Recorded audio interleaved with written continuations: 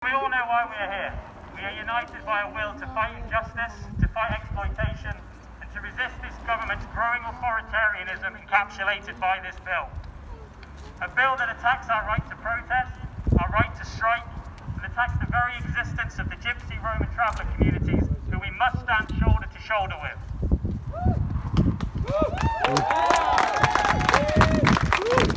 Questions, though, that I'm sure we all want to know the answers to is why is this happening and how are we going to stop it? The role of the police is not to deter crime or solve crime. In fact, 90% of investigated crimes are never solved.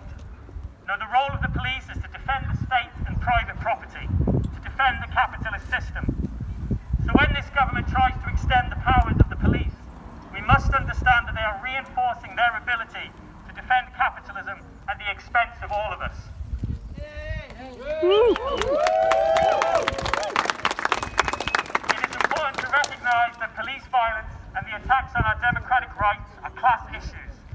This government has spent billions propping up the capitalist system and is now trying to divide and terrorise us, the working class and youth, to weaken our resolve. They are preparing the ground for us to pay for this crisis instead of the parasitic billionaires and corporations who caused it. The mass struggle against police authoritarianism is therefore intertwined with the struggle to defend the NHS, which this government is selling off piece by piece, to end poverty, which is caused by the rich getting richer, to resist evictions, which are being carried out by greedy landlords, to tackle climate change and the 100 corporations that are responsible for 70% of emissions, and to defeat all forms of discrimination which are reinforced by this ruling class, so we spend more time fighting and blaming each other instead of them.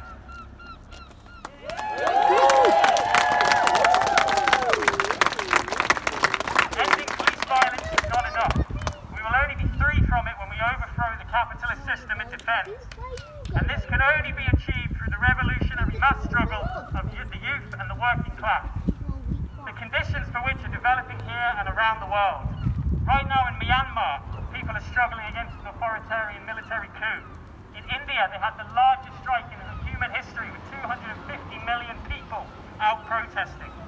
In Bolivia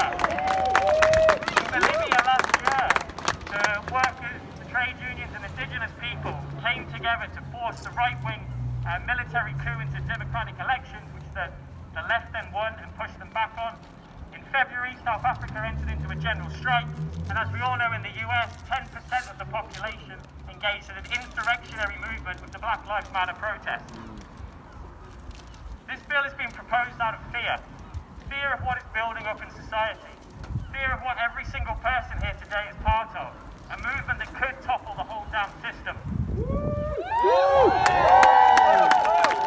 must continue to enthusiastically build the broadest possible movement and arm it with a revolutionary perspective, which should demand the leaders of trade unions and the so-called Labour Party to support this movement or stand aside for leaders that will.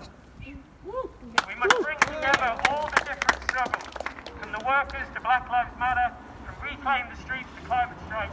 We have a common enemy, and it's called the capitalist system. We cannot wait for our so-called leaders to do anything about it. We must continue to organise, and we must convince our friends, family and colleagues to enter the fight to kill this bill and overthrow the capitalist system it seeks to defend once and for all. Solidarity.